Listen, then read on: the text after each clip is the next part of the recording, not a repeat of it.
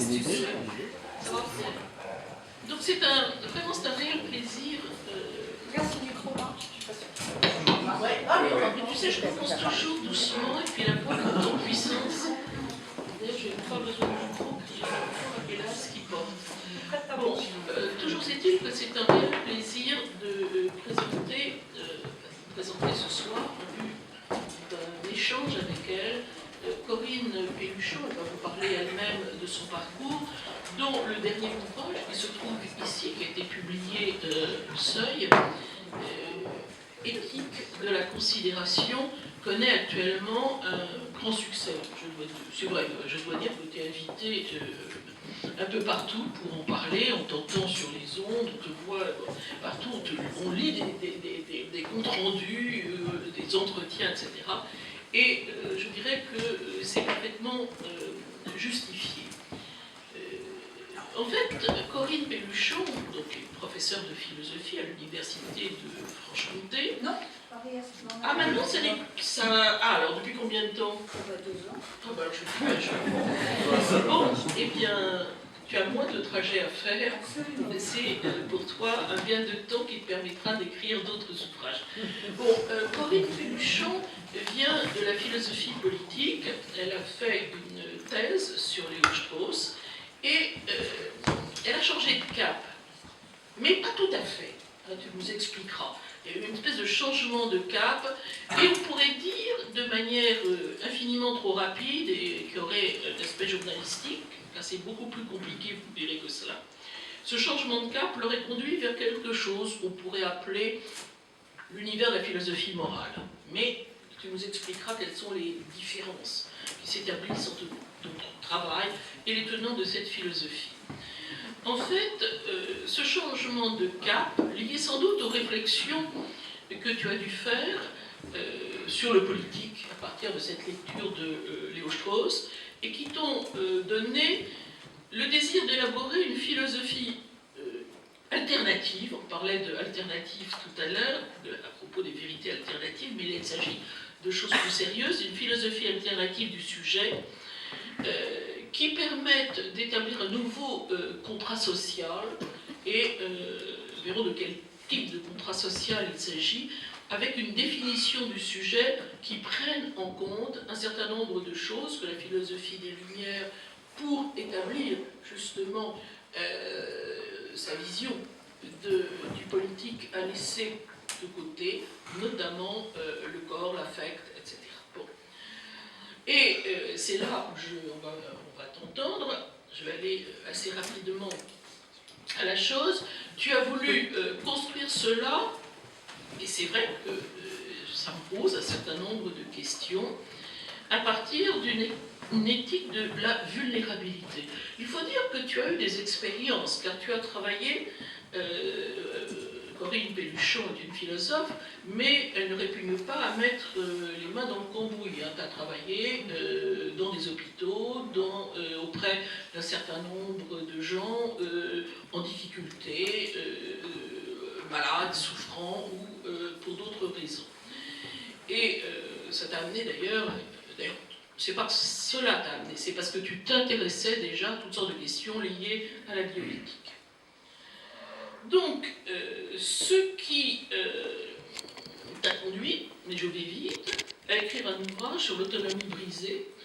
On sait, quand on philosophes ont une mauvaise manie, ils s'intéressent à Kant, tout au moins ils lisent Kant, et de Kant, ils connaissent, je dirais presque par cœur, car c'est un texte court, sur l'article sur qu'est-ce que les Lumières, et où montre que c'est l'autonomie, le passage du sujet à son autonomie, et je dirais même à sa phase de maturité d'une certaine manière.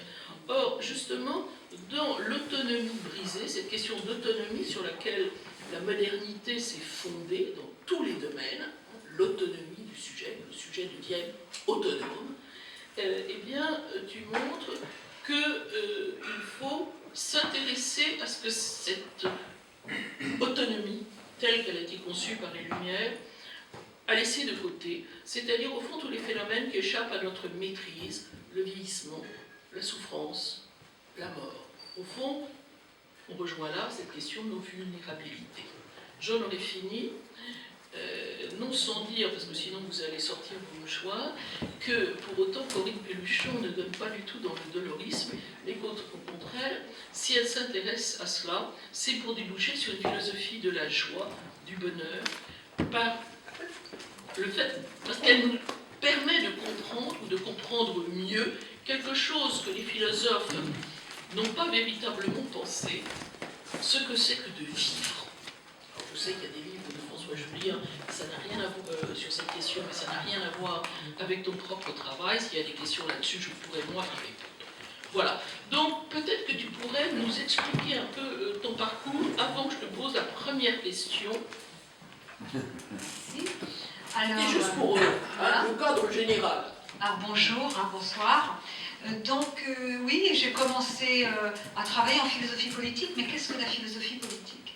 La philosophie politique, pour moi, n'est pas seulement une interrogation sur le pouvoir, qui a le pouvoir, quelles sont les institutions permettant, par exemple, de construire la démocratie, de la construire sur des principes, égalité en dignité de chacun, hein, c'est pas évidemment évident, mais pour moi, c'est aussi, la philosophie politique, une réflexion sur la condition humaine. On ne peut pas séparer la santé, la démocratie, la permanence des institutions démocratiques sans voir les dispositions morales qu'elles requièrent, à la fois pour vivre ensemble, mais aussi de la part des sujets. Et l'autonomie n'est pas un point de départ, mais surtout un point d'arrivée, une capacité d'agir, une émancipation, je vais parler des Lumières. Et plus profondément, moi j'ai cherché, non pas dans le ciel des idées ou dans une conception figée de l'humain, mais dans la description de l'existant dans sa matérialité, en tant qu'il vieillit, en tant qu'il est mortel, en tant qu'il est né, et qu'il a en lui le trouble de plusieurs existences derrière la sienne, en tant qu'il mange, et que dès qu'il mange, il est toujours en contact avec d'autres humains, puisqu'il a un impact sur les circuits de production, sur ceux qui produisent la nourriture, il est toujours en contact avec les animaux. Eh bien, l'humain, quand il est pris dans la matérialité de son existence, dans la corporéité, qui d'ailleurs rabat la prétention de la conscience à définir le sens de toute chose, c'est quelque chose qui nous arrête, qui échappe à notre intentionnalité, eh bien, quand il est décrit dans sa corporalité, ça fait surgir un sujet toujours relationnel. Vivre, c'est toujours vivre dessous, d'air, d'eau, etc. Mais c'est aussi toujours vivre avec, même s'il n'y a personne à ma table avec lequel partager mon repas. Et donc, il y a pour moi la description de la corporéité qui a deux volets, la vulnérabilité, la passivité, la fragilité, mais aussi le vivre d'eux, donc une certaine dimension de plaisir qui est conférée presque immédiatement dans notre existence aux choses. Le besoin vient souvent en plaisir, dès que je mange, en tout cas dès que je ne souffre pas trop de privation. Et bien ces deux volets permettent de rafraîchir le sujet, et j'irai très vite pour dire que justement, alors que des Hobbes, dès les premiers moments qui ont préparé les droits de l'homme, dont nous ne dirons jamais assez tout ce que nous leur devons, eh bien, le politique est défini à partir de l'individu comme liberté, comme projet, comme étant coupé des autres. Et c'était normal d'avoir cette fiction théorique pour conférer à chaque personne une égale dignité et pour qu'on fonde une politique de manière laïque à partir justement de cette personne qui était égale à tout autre en dignité et indépendamment de ses appartenances, de son genre, etc., et de sa corporéité, de sa lourdeur, etc. Et je crois que ce faisant, nous avons gommé cette dimension rationnelle de l'existence. Et vous voyez que si on part du corps, finalement, qu'est-ce que ça fait quand on pense le corps, plutôt la corporéité, et pas seulement la liberté? Ça fait d'abord qu'on pense la réceptivité, ce qui est passif, mais ça fait surtout que les finalités du politique ne seront pas seulement un jeu entre nous, humains actuels, entre individus actuels. Les finalités du politique ne seront pas seulement la coexistence entre des projets de liberté. Ma liberté s'arrêterait à celle d'autrui, l'article 4, si je puis dire, la Déclaration des droits de l'homme et du citoyen, 89. Ce ne sera pas non plus seulement la réduction des inégalités iniques entre nous. Ces deux grandes questions, ces deux grands devoirs de l'État, classiquement dévolus au contrat social, de Hobbes à Rawls jusqu'à aujourd'hui, ce sera aussi la protection de la biosphère, conditions de non-existence, l'air, etc. Ce sera l'amélioration des conditions de vie des animaux, la prise en compte des animaux avec lesquels nous coexistons, nous cohabitons. Vivre, c'est vivre avec, habiter, c'est cohabiter avec eux. Hein. Et bien que la plupart du temps nous définissions seulement les règles pour nous, hein, comme s'il n'était rien, eh bien, et aussi, il y aura aussi un motif lié au bonheur, hein, ce qu'on appelle en philosophie le démonisme, au fait que vivre, c'est pas seulement survivre, il y a aussi des conditions d'accomplissement. Voilà. Donc, moi, j'ai essayé, à partir d'une définition liée à la méthode phénoménologique, à une description par des valeurs de l'humain dans sa corporéité, et évidemment, certains terrains m'ont sensibilisé, hein, la fragilité, etc., mais aussi dans la dimension plus joyeuse, si je puis dire, eh bien, j'ai essayé de rafraîchir le sens de la condition humaine et j'en ai construit une politique différente. Et puis, je finirai par ça, évidemment, une fois qu'on a dit, qu'on a énoncé des principes nouveaux du politique, qu'on a aussi, si vous voulez, il y a comme en architecture, il y a la fondation, qui est cette philosophie de la corporéité, il y a les piliers, qui sont les normes nouvelles, les finalités du politique, il y a le toit, hein, bien, les chambres, et comment construire une démocratie qui tienne, comment peut-être la faire évoluer de la démocratie concurrentielle, compétitive, vers un modèle plus délibératif, plus ouvert, et qui puisse répondre de manière généreuse aux enjeux de notre temps. Et puis ensuite, eh bien, comme dit Rousseau, il faut se demander ce qui va donner aux individus le sens de l'obligation, faire que, dans leur intérêt propre, ils intègrent l'intérêt commun, un intérêt commun que moi j'élargis essentiellement aux générations futures, aux animaux et à la protection de la biosphère, ce qui veut dire, et là j'en reviens juste au livre actuel, que dans les trois domaines qui sont le contexte, qui forment le contexte de l'interrogation, la cause animale, l'écologie, la santé de la démocratie, eh bien, la persistance de ce projet, eh bien, la plupart du temps, il y a un écart entre la théorie et la pratique. Tout le monde sait qu'il y a réchauffement climatique, tout le monde sait les conséquences géopolitiques et autres que cela va engendrer, tout le monde sait que les animaux ne sont pas des machines, que 3 milliards d'animaux par jour en France meurent pour la chair, tout simplement pour la viande, sans parler de la mode, etc. Et tout le monde sait que eh bien, la démocratie est un projet ambitieux qui suppose des individus équipés psychiquement pour justement avoir coopéré, ne pas s'adonner au triomphe du nous contre vous. Et pourtant, dans nos styles de vie, rares sont ceux qui réduisent leur empreinte écologique, rares sont ceux qui acceptent de regarder en face la souffrance animale et justement de faire en sorte qu'on intègre les intérêts des animaux dans l'agenda politique. Et puis, donc, à la fois dans les styles de vie et au niveau des politiques publiques, eh bien, l'enjeu environnemental qui implique une reconversion de l'économie pour la mettre au service des vivants et qu'on sorte d'une organisation du travail qui est déterminée en fonction d'un chiffre maximal de productivité et indépendamment du sens des activités concernées et de la valeur des êtres impliqués, eh bien, tout cela, ça peine à entrer. Et pourquoi ? Eh bien justement, je cherche à répondre et j'offre des solutions pour combler cet écart insupportable entre la théorie et la pratique, dans une certaine, avec un sentiment d'intranquillité permanent, puisque je pense que nous allons dans le mur. On verra le dessin tout à l'heure. J'aurais voulu qu'il soit projeté. Vous aurez le droit de défiler devant quand il sera visible sur le petit écran. Merci pour avoir bien posé, je dirais, peint le fond sur lequel s'enlève ton travail, avec une réflexion à la fois philosophique, mais comme tu le dis, avec des considérations pratiques liées justement au fait que tu n'as pas simplement passé ton temps dans les livres, mais que tu t'es impliqué personnellement et profondément dans justement des questions posées par les nouvelles, je dirais, ce qui nous arrive en fonction des développements en matière de biologie. Alors, peut-être que pour commencer, j'aimerais que tu définisses, pour ceux qui n'ont pas lu ton livre, et dont le titre peut paraître relativement énigmatique, éthique de la considération. Parce que considération, le mot s'est énormément banalisé. Finalement, quand on écrit à quelqu'un qu'on connaît mal, ou là, et avec toute la considération, etc.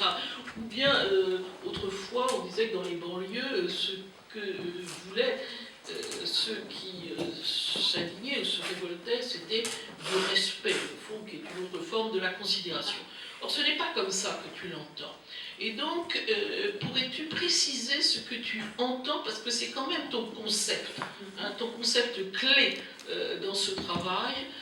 Sinon, on dirait, bon, bah oui, on l'a déjà lu, on a déjà vu, on sait qu'il faut trier nos déchets, éteindre la lumière quand on sort, faire attention à ceux qui sont fragiles, bon, etc., etc. Non, il y a ce concept fort qui est la considération. Alors, tu peux nous expliquer d'où il vient et ce à quoi il sert. Alors la considération, cum sideris, sidus sideris, même racine étymologique que désir, sidus, constellation d'étoiles, cum, avec.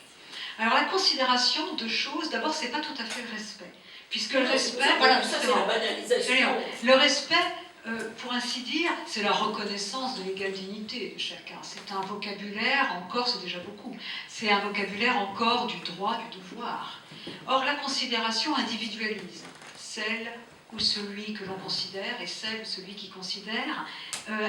Dans le respect, l'universel écrase le singulier, comme chez Kant, on se rappelle, le respect était chez lui seulement adressé aux personnes, pas aux autres êtres, et en fonction du fait qu'ils représentaient la droiture morale, donc ils étaient des exemplaires, pour ainsi dire, du bien, et voilà. Mais leur individualité n'était pas prise en considération. La considération suppose que je reconnaisse la valeur propre des êtres et que je leur fasse une place, même que je leur enjoigne de trouver leur place dans le monde, cum.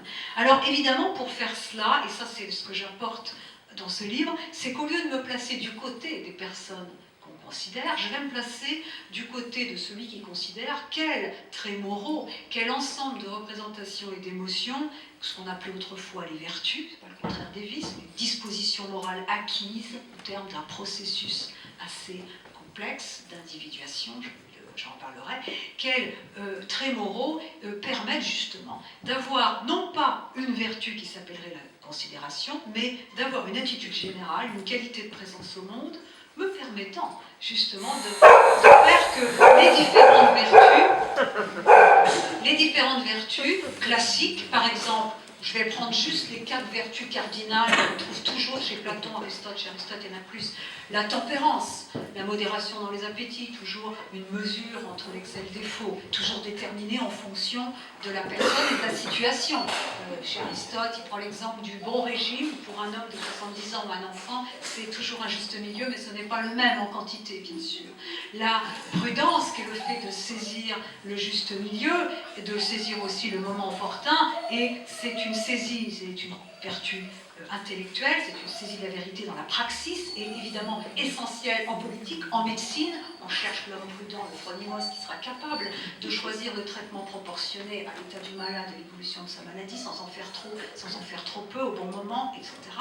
La prudence, la tempérance, je l'ai dit, le courage qui permet de tenir la mesure, et là ce qu'on appelait autrefois la force d'âme, permettant de tenir ma mesure en toutes circonstances, et la justice, de ne pas m'accorder trop ni trop peu, et qui fait référence aussi à une certaine estime de soi, voire à la magnanimité, la grandeur d'âme, le fait de s'estimer, de se blâmer d'après la libre disposition de ses volontés, et non d'après les succès dans le monde, ce qui suppose une sorte de solitude et d'attestation morale, de force morale. Eh bien, il y en a d'autres, mais donc ces vertus-là, chez Aristote, chez Platon, elles sont liées au choix de biens que l'on honore. Quand j'aime la vérité et la justice, je ne suis pas jalouse des autres qui honorent la vérité et la justice. Si j'aime l'argent, le pouvoir, les honneurs, eh bien, je trouverai toujours que les autres en ont trop et ne voient pas assez. Je serai dans le ressentiment, l'envie. Donc les passions elles-mêmes sont produites par le choix de certains biens, aujourd'hui on dirait valeurs, qui structurent ma personne, lui donnent une stabilité ou pas. Mais aussi, il y a chez les anciens, chez Platon, quelque chose que je trouve qu'ils n'ont pas, c'est qu'ils considèrent que le principe de la prudence, c'est l'homme prudent, qui a justement, qui a acquis cette capacité à saisir à chaque fois le juste milieu, bon bravo, mais comment comment acquérir la prudence? Aristote ne le dit pas vraiment. Comment garder la mesure en toutes circonstances? Et vous voyez la mesure, la limite, éviter la toute-puissance, l'hubris, la démesure, à quel point c'est important dans l'usage.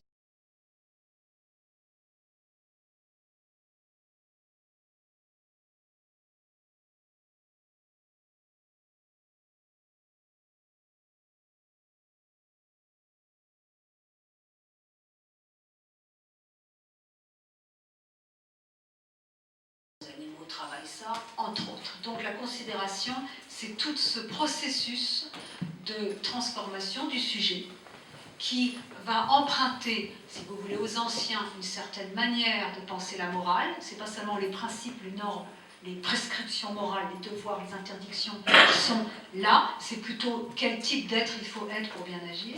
Mais moi j'ajoute ce que les anciens n'ont pas fait, l'humilité, bien sûr, et je pourrais en reparler, et ce processus d'individuation qui change, si vous voulez, la qualité du rapport au monde, et qui ne veut pas dire que ce soit acquis pour toujours. Quand on t'écoute, on se dirait, et qu'on n'a pas lu le livre, on a envie de se dire, bon, bah, c'est très bien, il faut qu'on soit dans la considération, il faut acquérir ses vertus, etc. Et on pourrait te dire, si je te taquinais, il n'y a qu'un faucon.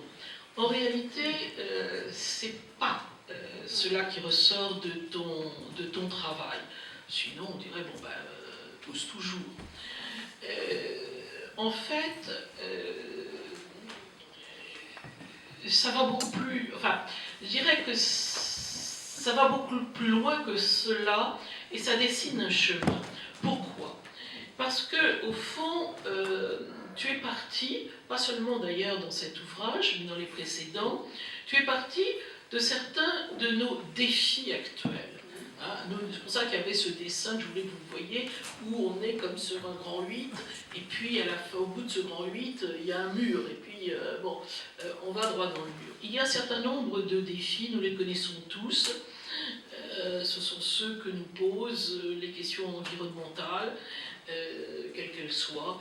Ce sont aussi les défis que posent nos démocraties, que l'on croyait à un moment donné représenter la fin de l'histoire, le modèle idéal, le système idéal, etc., dont on voit qu'elles s'usent, qu'elles s'effritent, qu'elles perdent de leurs principes sous les coups de boutoir des différents égoïsmes et de l'économisme qui s'est substitué à la volonté politique, et puis, comme tu le dis très bien, la cause animale. Alors je ne serai pas trop longue, simplement pour souligner, moi je me fais le professeur, enfin, par rapport à ceux qui n'ont pas mauvais élèves, mais ils n'y sont pour rien, qui n'ont pas lu le texte, au fond tu proposes quelque chose. Tu proposes quelque chose qui n'est pas comme on aurait pu le croire, il y a qu'à, c'est de construire un nouveau contrat social.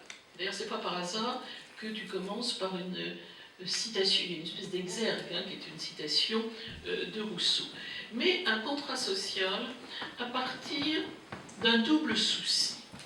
D'un souci de soi, rien à voir avec la façon dont Foucault conçoit ce souci de soi, d'un double souci, un souci de soi et un souci du monde.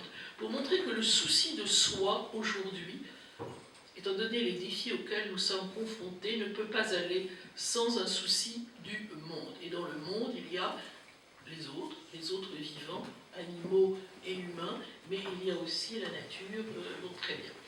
Mais, et c'est ça, je terminerai là-dessus en te posant une question, parce que je crois que c'est pour moi, c'est ce qui m'a le plus intéressé hein, dans ce que tu écris, mais souci de soi, donc, et souci du monde, mais d'un soi, et c'est là où tu diverges avec un certain nombre de philosophes, du politique ou même de la morale, de philosophes qui s'occupent de philosophie de la morale, c'est d'un soi qui n'est pas coupé de son affectivité, qui n'est pas coupé des autres, comme je le disais, qui n'est pas coupé de sa maison, tu reprends le terme de oikos, hein, la maison, au sens grec du terme. Donc, si vous voulez, c'est ça. Alors, où veux-je en venir ?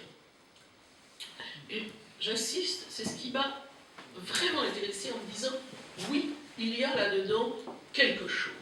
Quelque chose qui peut non seulement nous éclairer, mais nous aider à penser et agir pour la refondation de ce contrat social. Tu nous invites à prendre un autre chemin. Un chemin différent de celui qui a été le nôtre, avec le rationalisme de la pensée occidentale. Un chemin, et c'est peut-être ça réparer, un chemin qui dépasse nos dualismes. Vous savez, on a pensé âme, corps, sujet, objet, raison, émotion ou affectivité, humain, nature, etc. Et donc, ce que tu proposes pour établir ce nouveau contrat, c'est que justement, ce ne soit plus ce chemin que nous empruntions, et qu'on arrive à réconcilier la rationalité et, comme tu le disais à l'instant, les couches archaïques du psychisme. Cela sans tomber dans l'irrationalisme. Il ne s'agit pas du tout de ça, mais il s'agit de dépasser cette coupure. Donc, intégrer les émotions. Alors, ma question, la voilà. Je dis, c'est ce point. Après, j'en discuterai, mais si on a le temps, la parole sera d'abord aux autres. Il y a des points sur de désaccord. Mais vous voyez bien la question. Dépasser ce chemin. Enfin, prendre un autre chemin que celui-là. Pour quelle raison, si vous aviez vu mon petit dessin, vous le comprendriez, parce qu'il semble, alors on a tort ou raison de penser comme ça, que ce chemin nous conduit, comme le grand 8 de la foire qui est représenté sur ce dessin, droit dans le mur. Alors, ma question est la suivante. Pourquoi cette invite à prendre un autre chemin se fait pour toi, ou doit se faire, à partir de la prise de conscience de notre vulnérabilité? Pourquoi partir de cela? Pourquoi surmonter le dualisme qui est au fondement de la pensée rationaliste à partir de nos fragilités? Et ces fragilités, tu le vois à la fois dans la naissance, le petit humain naît nu, et dans la mort. Donc, voilà, c'est pour moi une question très importante. Pourquoi c'est à partir de là? C'est des expériences que tu as eues. Alors, c'est pas à partir de là. Ah, alors pourquoi je t'imagine? Et la vulnérabilité n'est pas seulement fragilité. Elle a été identifiée à la fragilité, et même à la seule passivité, par les éthiques connues sous le nom d'éthique du Caire, qui viennent de Winnicott, qui viennent d'une description de l'humain comme petit, ayant des besoins de soins, et faisant que chacun, prenant conscience de ses besoins de soins dès la naissance, eh bien, ne pourrait pas s'identifier à une vision un petit peu caricaturale de l'autonomie, identifiée à la seule indépendance. Il est toujours relationnel, mais les théories du Caire s'en tiennent seulement à cet aspect-là. Moi, qui suis philosophe politique, en plus, et qui tient beaucoup à la philosophie du soin. Oui, c'est qu'on a traduit en français. En fait, l'éthique du Caire, c'est une approche de la morale qui a un certain cousinage avec ce que je fais, oui, mais qui va du féminisme et qui a un certain cousinage au sens où elles disent que pour bien agir, il ne s'agit pas seulement de répondre à des déontologies, à des devoirs, à des principes, recueil du consentement libre, éclairé, etc. Mais il s'agit de faire preuve d'imagination morale et d'avoir des manières d'être. Donc c'est vrai que là, il y a au lieu de se focaliser sur les normes, les principes à respecter, les prescriptions, on va plutôt regarder les agents moraux, ce que sont les personnes, comment, et aussi l'imagination morale, donc réhabilitant un certain nombre de sentiments moraux. D'accord, mais le climat de cette pensée est différent de moi, parce qu'elles s'en tiennent seulement, on a deux mains, elles prennent seulement une main, celle de la fragilité. Moi, je prends aussi celle de la force. C'est-à-dire que même dans la passivité, dans le pâtir, dans la souffrance, c'est l'ipséité morale qui est en jeu dans toute crise existentielle. C'est-à-dire qu'il s'agit quand même de voir comment la personne peut trouver réparer justement sa manière de vivre, à construire son autonomie ou son autonormativité, pour reprendre l'exemple de Canguilhem. Vous savez, quand Canguilhem dit dans le normal et le pathologique, la maladie est une autre allure de la vie, eh bien, c'est pas l'absence de normes, c'est d'autres normes qui peuvent être réduites quand, évidemment, il y a beaucoup de handicap et ça rétrécit les possibilités. Mais la personne doit, avec un diabète, par exemple, maladie chronique, trouver d'autres manières de vivre bien, pas de survivre. Donc, et ça, c'est un chemin personnel. Et dans les crises existentielles, c'est pire. Enfin, c'est encore plus important. Voilà, il y a ça. Et en plus, moi, la vulnérabilité, je ne suis pas partie de cette identification seulement à la fragilité, puisqu'elle est une force, puisqu'elle est ouverture à l'autre. Elle est même responsabilité. C'est passivité plus passive que toute passivité, disait Lévinas. Donc, même si je ne suis plus dans une pensée de cette responsabilité hyperbolique comme j'étais avant, mais en tout cas, vous voyez que la vulnérabilité est aussi une force, pour ces deux raisons, ouverture à autrui et toute expérience ou traversée de l'impossible, c'est-à-dire de quelque chose qui me limite, qui est une possibilité, qui est une impossibilité, la confrontation avec la mort n'est pas quelque chose, comme disait Heidegger, que je peux anticiper, à partir de laquelle je peux ressaisir mon existence. Ça, c'est quand on est en bonne santé. La proximité de la mort, c'est plus, et Derrida le disait, une impossibilité de possibilité, plutôt qu'une possibilité d'impossibilité. Heidegger disait la mort, c'est la possibilité de mon existence. Un jour, je ne serai pas là, et donc il faut que je me ressaisisse et fasse exister ce qui compte pour moi, au lieu d'être aliéné dans le on. Ontologie du souci. Oui, mais ça vaut pour une pensée égoïste qui ne voit la mort que comme anéantissement, la mort individuelle comme la fin du monde, quand comme moi on pense que le monde continue après mon existence, et que ce qui compte, ce qui est plus redoutable n'est pas la mort, mais le il y a, le totalitarisme, l'anéantissement de tout, la désubjectivation, la déshumanisation, et ce qu'on fait chaque jour aux animaux, puisque je vous confesse que c'est la cause de ma vie, eh bien, alors, du coup, la fin de ma vie n'est pas la fin du monde, mais au contraire, le sens de ma vie est justement la transmission d'un monde commun où j'essaie de contribuer à maintenir ce qui peut avoir du sens pour être maintenu et même à réparer le monde. Donc, voilà. Donc, l'éthique du Caire est plutôt plus, disons, psychologique. Et moi, je viens de la philosophie allemande, de la phénoménologie, je suis philosophe politique, je suis l'héritière disciple des Lumières, puisque les Lumières, c'est un projet d'émancipation. Levez-vous, émancipez-vous de l'aliénation, des représentations fausses, du spécisme, par exemple. On dit que les animaux, finalement, sont... Voilà, ce sont des moyens au service de nos fins. Émancipez-vous des désirs fabriqués et qui aliènent l'homo economicus. Et soyez équipés suffisamment fort pour, comme pas seulement le nourrisson, mais son grand frère, David contre Goliath, assassiner Goliath, qui est pour moi l'économisme. L'économisme, c'est quoi? C'est pas l'économie de marché, pourquoi pas? Il faut bien perdre de l'argent. Moi, avec le véganisme, je peux vous faire plein d'argent. On en reparlera avec la mode, etc. L'économisme, c'est quand l'économie n'est plus au service des humains. C'est quand l'économie n'est... L'oikos, l'économie, ça veut dire, même racine étymologique, écologie, administration des biens de la maison, c'est pour la vie.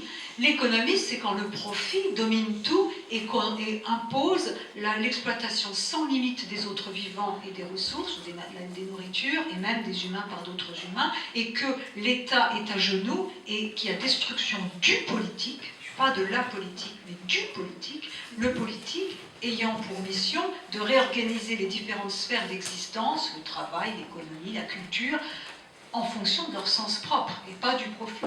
Donc, et pour mettre à plat l'économisme et engager justement la transition environnementale, que j'appelle de mes voeux, et qui est plus que verdir ça et là les choses, qui est vraiment un autre modèle de développement, qui peut être tout à fait prospère, mais où l'économie est restituée dans sa place, et où les activités sont organisées en fonction de leur sens, où on ne confond pas l'agriculture avec une industrie, on ne confond pas l'élevage qui est un rapport au vivant avec une industrie, où on ne condamne pas les soignants par le management à faire des soins où il n'y a plus du tout de qualité, où on leur impose des normes de bientraitance, comme ça, prescription exemple 5 minutes de toilette par vieillard, indépendamment de leur bon sens de leur discernement et justement de l'éthique comme réaction à une situation toujours singulière, où il faut anticiper, sentir, par exemple que tel vieillard faudra un peu plus de temps, tel autre ça ira.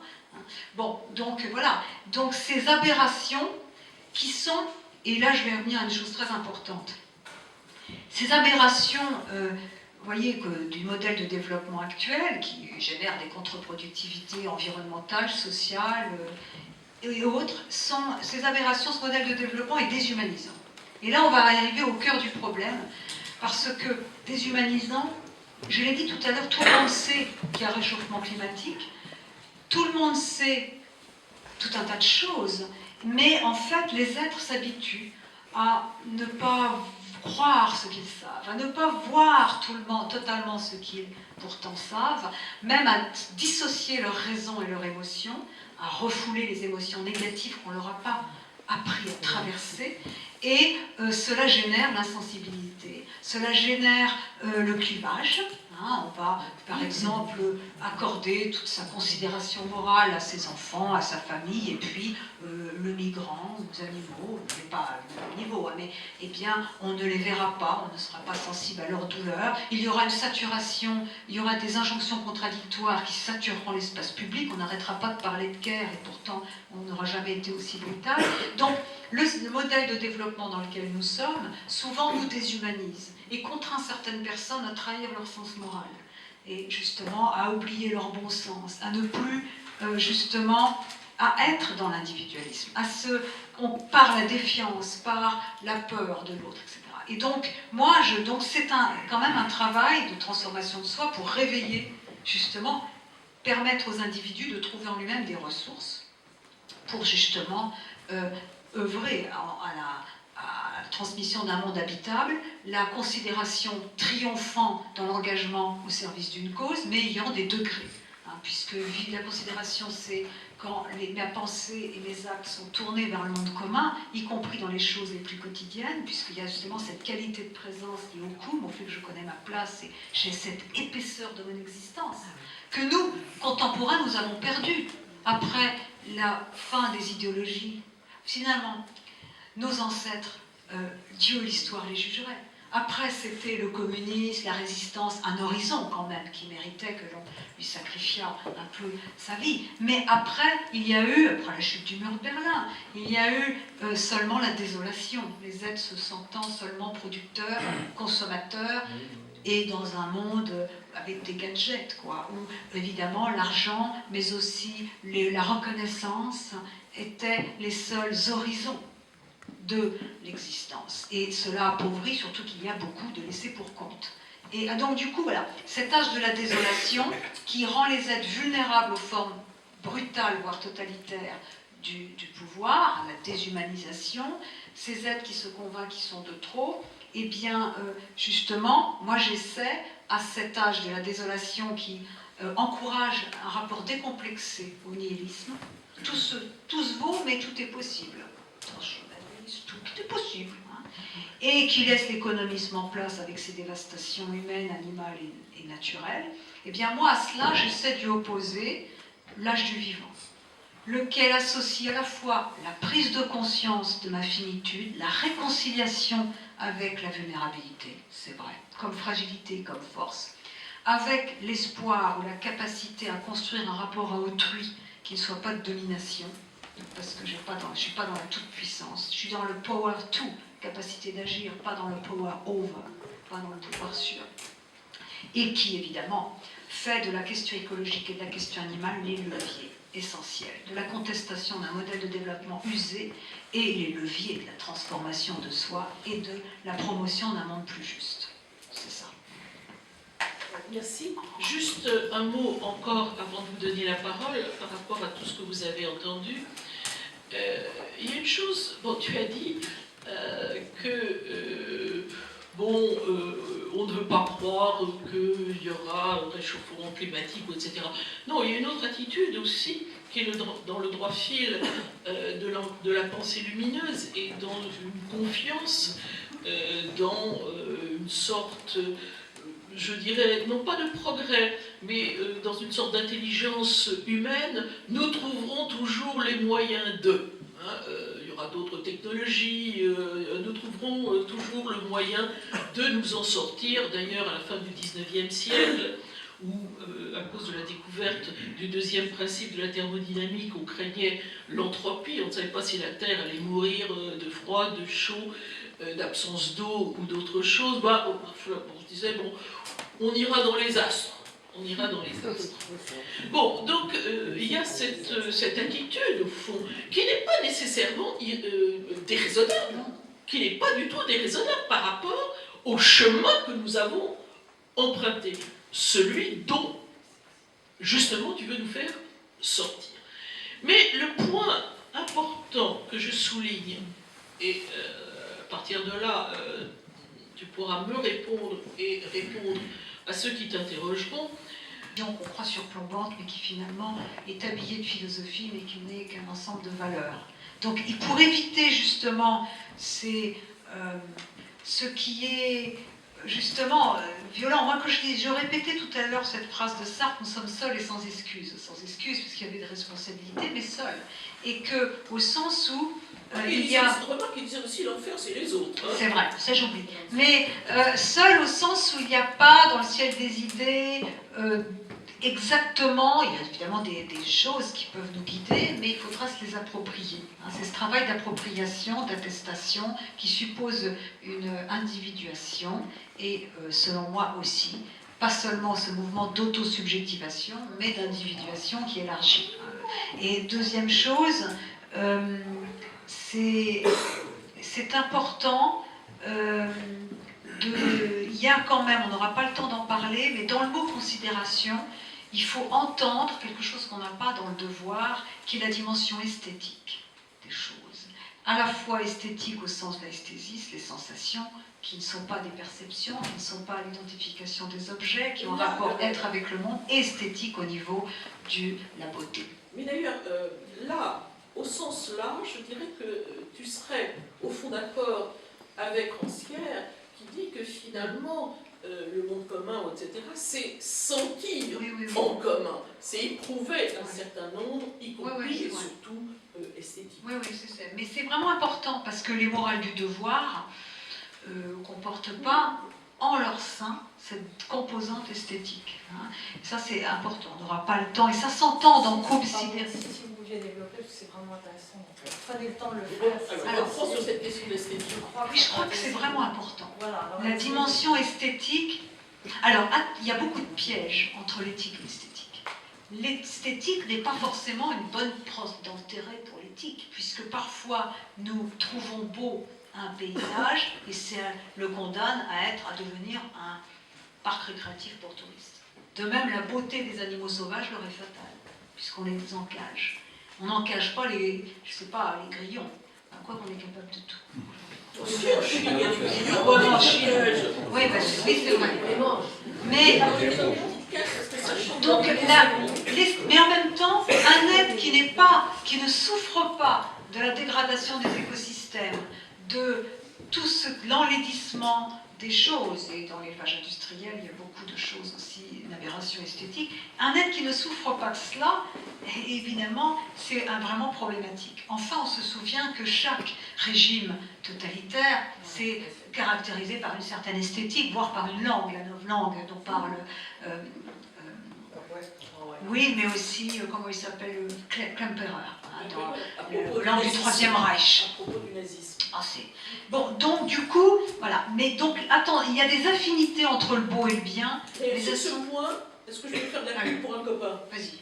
Très beau livre de Jean-Michel Rey sur le suicide de l'Allemagne, sur la question du vocabulaire et de l'appauvrissement du vocabulaire dont parle Thomas Mann. Alors donc, ça confirme tout à fait ce qu'on disait. Mais donc, en même temps, il y a la question de savoir la considération dans la mesure où c'est une qualité de présence au monde, un être avec le monde, pas dans le monde, comme si nous étions comme, je ne sais pas, jetés là, dans une dérédiction. L'être avec le monde, on voit bien que dans la sensation, il y a l'idée, et là, ça renvoie à ce que j'avais parlé dans le précédent livre, les nourritures. L'air, la nature ne sont pas des objets de ma représentation, je baigne dedans. Et donc du coup, il y a un être avec les choses, qui fait que mon habitation de la terre eh bien, fait que je suis sensible à, justement, la dimension esthétique des choses. Il y a l'idée aussi d'une esthétique qui n'est pas seulement celle du pittoresque, où je mets un peu en carte postale un paysage et je me tiens à distance. Là, il y a vraiment une esthétique de l'engagement du corps. Hein, dans la nature, quand on visite la nature, enfin quand on a une expérience esthétique dans la nature, on n'est pas comme dans un tableau pittoresque, il y a quand même les sensations, l'humide, les l'ouïe, etc. Bon, il y a tout un tas de choses, et pas seulement la vue, bien sûr. Donc il y a ça, quelle esthétique, elle n'est pas seulement centrée sur la catégorie du désintéressement, qui était la notion phare de l'esthétique après Baumgarten, quand le nom est arrivé, et Kant, hein, qui ont fait justement l'idée que le beau n'est pas objectif, n'est pas dans les choses, est seulement dans l'œil de celui qui regarde, est seulement relatif à la forme, au plaisir que je prends, à la représentation. Un chien n'a jamais regardé un coucher de soleil. Voilà. Et les pommes de Cézanne ne donnent pas faim. Donc, voilà. Mais, donc, du coup, mais en même temps, là, il y a l'idée que la beauté, elle est dans l'œil de celui qui voit, mais elle est la qualité, elle célèbre, hein, elle allume la valeur dans le monde. Elle célèbre la qualité relationnelle que j'ai avec les choses et dans le monde. C'est pour ça que je crois que cette dimension-là, elle suppose, vous voyez, cette appréciation-là, esthétique, qui peut d'ailleurs avoir lieu envers des objets qu'autrefois on considérait comme dégoûtants, hein, l'esthétique du Marais chez Léopold, etc. Eh bien, cette appréciation-là, eh bien, elle suppose une qualité de présence au monde où je ne suis pas seulement dans la représentation, dans l'utilisation, bien sûr, du monde, et où il y a cette manière d'allumer la valeur dans le monde, de montrer que, de témoigner du fait que la beauté du monde ou la relation que j'ai avec le monde est profonde. Voyez. Donc je pense que dans la considération, il y a ça, qu'il n'y a pas dans le devoir où, bon, ben, je fais ce qui est bien, même si ça me coûte. Et surtout si ça me coûte, le Zollern. Hein. C'est dur. Je fais le bien sans y trouver aucun plaisir. Moi, justement, pour répondre à la question centrale de savoir comment réduire notre empreinte écologique, j'ai voulu permettre aux aides de penser comment ils peuvent prendre du plaisir à consommer autrement, parce que derrière le mot sobriété. Mais il y a aussi, vous voyez, cette idée de l'habitation, et une habitation, on n'est pas seulement parqué. Hein, il y a l'idée, les lieux nous travaillent, ce ne sont pas seulement des endroits. Ce sont des lieux. Ce n'est pas seulement un endroit comme un garage. C'est une maison, j'y demeure, c'est vraiment, il y a l'idée de l'habitation. On est vraiment dans le mot habitation.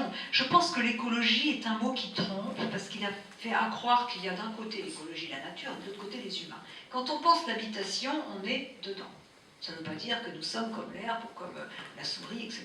Mais on a un rapport de co-institution avec les lieux que nous formons, que nous façonnons, c'est le sens du mot paysage. Hein, on a travaillé, on a planté, piqué après piqué paysage, pango, hein, ça vient d'un terme agraire. Mais la dimension esthétique, elle a été... Il y a aussi, vous voyez, comment penser une éthique qui permette aussi de ne pas massacrer la beauté. Parce que la beauté est la chose du monde la moins préservée. On va peut-être, à partir de cette réflexion, ouvrir le débat. On fait circuler le micro. Comment vois-tu les choses, Isabelle? Hein? Moi, j'ai Ah, t'as un micro, toi? Non, c'est une observation. J'ai un chien qui regarde les couchers de soleil. Et qu'est-ce que tu en sais, mon ami? Qu'est-ce que tu en sais? Pourquoi diriez-vous le contraire? Non, je dis pas le contraire. Ah bon, bah voilà. Non, attendez, vous Je savez... l'observe regarder le coucher de Non, soleil. mais attendez, c'était une citation sotte. Ah non, pas vous. Non, c'était une citation sotte et un clin d'œil. C'est Kant, qui n'avait pas de chien et qui ne regardait sans doute jamais les couchers de soleil non plus, qui montrait que le sentiment du beau était un sentiment désintéressé, puisque le chien ne regarde pas le coucher de soleil, parce qu'à la différence d'un os, le coucher de soleil n'a aucun intérêt C'est parce que Kant est très dualiste et Oui, que oui. les animaux sont que dans l'instant. Oui, en plus, il s'occupait, de toute façon, il n'avait jamais vu, je vous dis, ni chien, ni coucher de soleil. Donc, On peut dire qu'un coucher de soleil... pardonnez à Kant cette réflexion. Et on peut dire qu'un coucher de soleil a du chien. T'es content de toi. Alors, moi, Pour boucler la... pour lancer le débat. Je voudrais passer le micro, est-ce que ça va bien? Ma voix porte, ça va? Je suis un peu gênée. Voilà, alors je regarde comme ça. Parce que la philosophie politique, ou ce que j'appelle moi la nouvelle critique de la modernité, je lui reprocherais d'avoir toujours ce prisme que je trouve assez dévastateur de la perte de sens. Moi, je ne vois pas les choses comme ça. Et qu'à force de parler de perte de sens, on accentue, on intoxique tous les gens qui vont mal, et soi-même, on s'autoflagelle. Et moi, je vois plein de gens qui sont en train d'œuvrer, je vois plein de sources là qui pullulent, de gens qui font des efforts dans tous les sens et qui tâtonnent du sens par-ci, qui tâtonnent du sens par-là. Et je vois plein de petites choses qui jaillissent partout, qui m'émerveillent, et de gens qui œuvrent et qui s'engagent fortement, et que je n'entends pas parler de deux choses. Je n'entends pas parler de la donnée temporelle. Or, dans la modernité, dans une critique de la modernité du point de vue d'une philosophie politique, ça me semble éminemment important. Et du point de vue temporel, avec notre temporalité à nous. C'est-à-dire qu'effectivement, il faut faire avec la technique aujourd'hui. Et cette technique n'est pas un grand diable. On vient de réaliser un certain nombre de choses, on ne sait pas encore comment faire avec. Donc nous sommes à une aube aujourd'hui de quantum, d'algorithmes, d'un tas de choses qui sont effrayantes parce que c'est de l'inconnu. Ok, mais Dieu sait si on pense quand même. On est en train de sacrément s'énerver tous pour se dire où est l'éthique et comment ceci et comment cela. Et moi je ne pense pas qu'il y ait une perte de sens. Je pense que le sens est en train de ressurgir autrement, mais que dans notre vieille France tellement confortable, avec toute cette espèce de nostalgie, de puissance, nous en sommes à nous référer à Kant, aux philosophes des Lumières, alors qu'il y a plein de gens fantastiques aujourd'hui qui pensent aussi. Et en particulier qui pensent les nouveaux barbares, qui pensent tous ces jaillissements extrêmement vitalisants qui existent partout. Et non seulement les nouveaux barbares, mais des vieux barbares aussi, qui œuvrent pour le mécénat, parce que sapristi. Moi, je ne suis pas d'accord avec l'économisme non plus. Je pense que parler de financiarisation, d'accord, mais l'économie, c'est Non, de... j'ai jamais critiqué l'économie. Voilà, Le l'économisme. problème, excusez-moi, mais c'est terrible d'avoir à discuter. Moi, je pense exactement comme vous que c'est pas une perte de sens. C'est terrible d'avoir à discuter d'un livre quand on n'a pas présenté Bien sûr, sa c'est parole. ingrat, c'est C'est ingrat. extrêmement difficile parce que vous me plaquez des idées qui sont à l'extrême opposé de ce que j'ai. Et Non, mais c'est une extrême violence pour moi qui Ah, mais travaille parce que- énormément. Les réductions... Non, mais je veux dire, il y a un manque de effectivement, c'est des générosité réductions. fondamentale dans votre prise de parole ce soir. Il y a un manque de générosité fondamentale dans votre prise de parole ce soir parce que vous m'attaquez sur des Là, choses je me sens que vous auriez déçue, lues, pardon. mais là, vous voyez, vous me prêtez des Non, opinions non, que je n'ai dis, pas. je suis inquiète Donc, de ce que j'entends. Alors, ben oui, mais bon. Donc, on va reprendre des choses. C'est vrai que je suis désolée. Mais je pense qu'on n'est pas obligé comme ça de Non, foncer c'est une chez un discussion. autre qui arrive, qui n'a pas commencé à développer son travail. Je pense que vous n'avez rien lu de moi, mais ça, c'est votre droit. Ah, mais parce j'aurais que pu je ne suis pas l'introduire de du cette tout manière-là, mais je dans lance un la débat. perte de sens. Ceci étant dit, ceci étant dit, L'humanité, le bien commun. en plus, il y avait quelque chose. Non, mais c'est-à-dire quelqu'un comme moi qui passe beaucoup de temps à écrire, qui présente parfois de longues conférences, c'est vrai que quand il y a une parole, moi je m'adapte aussi aux questions qu'on m'a posées. Je ne veux pas résumer le travail de 15 ans et là de 3 ans. Exactement comme moi je l'aurais envisagé. Vous voyez, je réponds à des questions et elles étaient très complexes. Donc vous mettez dans une posture que je trouve toujours embarrassante. Voilà, mon point. Alors la deuxième, c'est que la perte de sens, moi je crois qu'il y a les, vous voyez, il y a les deux. Quand j'ai parlé de l'âge de la désolation et de l'âge du vivant, je crois qu'il y a de manière aussi forte une certaine déshumanisation, un rapport décomplexé au nihilisme, et d'un autre côté, l'émergence de ce que moi j'appelle l'âge du vivant avec mes mots, mais qui est un mouvement qui effectivement se nourrit d'expériences menées ça et là, dans l'économie circulaire et d'autres, solidaire, dans l'organisation du travail, dans l'agriculture, dans un certain nombre de choses. Donc il y a les deux. Et je pense qu'il est important de donner une structure, une armature conceptuelle forte, avec aussi précisément une temporalité. Je veux dire, je suis quand même philosophe depuis longtemps, je sais que vous me prenez pour une écolière, mais que la philosophie, surtout quand on est politique et qu'on pense de la transition écologique, le mot transition suppose qu'on a un horizon, mais qu'on va quand même ici et maintenant déjà se donner les moyens d'avancer. Mais on a un horizon. Et l'idée, c'est d'accompagner, et si vous aviez lu Kant, vous sauriez dans Qu'est-ce que les Lumières, qu'il dit, les Lumières, c'est une époque qui a son nom et sa tâche, Aufgabe, c'est-à-dire qu'il se donne une tâche à venir, avec l'idée d'être lui-même un peu partie prenante de la tâche, mais d'être un acteur un peu spécial puisqu'il nomme les choses, pour justement faire que le meilleur advienne. Et quand dans ce beau texte, essai ou esquisse pour un projet de paix perpétuelle, il dit il y a une utopie peut être positive, c'est, bon, à l'époque, il ne doit pas y avoir de guerre, c'est le veto de la raison pratique, et il dit, mais ce n'est pas une chimère philosophique, c'est qu'à partir de cela, on peut se donner les moyens de construire. C'est très beau. Voilà. Et je pense que c'est vraiment ce mouvement d'accompagner quelque chose qui émerge, je suis d'accord avec vous, et dont on a énormément, mais qui est isolé. Et il faut, chacun son niveau. Moi je suis philosophe, donc il y a l'idée d'une construction symbolique pour le rendre possible. Et le rendre possible à la fois au niveau politique et aussi au niveau de l'équipement psychique que ça suppose. Voilà. Donc, c'est tout à fait... Bon, on va continuer le dialogue.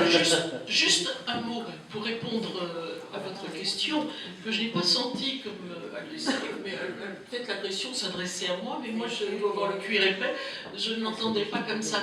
Non, je voulais juste vous dire, et on serait d'accord, ce qu'a dit Corinne était une excellente réponse. Quand on parle de perte du sens, c'est vrai que c'est arrivé à un moment qu'on appelait la postmodernité, c'était un fourre-tout, etc. C'était l'idée qu'au fond, ce qu'on avait perdu, c'était des sens qui étaient globalisants, totalisants, si vous voulez. Et parce que les grands, ce qu'on appelait les grands récits qui les soutenaient, c'était plus ou moins effondré, que ce soit un grand récit de type religieux, que ce soit, comme je le disais, le grand récit d'une utopie, c'est-à-dire qu'il soit ou dans la transcendance ou dans l'immanence. Contrairement à ce qu'on pense, ils ont ressuscité. Pour moi, l'écologisme, qui est une idéologie, l'écologisme, pour moi, est un nouveau grand récit. C'est notre nouveau grand récit. Et à l'intérieur de ce grand récit, qui n'est pas encore totalement globalisant, il se produit un certain nombre de choses, hein, d'une créativité folle, mais ça dessine un nouveau grand récit qui n'est pas encore totalisant, il est en train de s'écrire. Mais il est un peu, c'est un des nouveaux grands récits en tout cas, mais il semblerait quand même que, au niveau du sens, il y a quand même une prise de conscience. Moi, j'ai l'impression, enfin, je ne suis pas philosophe, je n'ai pas lu votre livre, je n'y connais rien, donc je ne fais que réagir à ce que vous venez de dire. Voilà.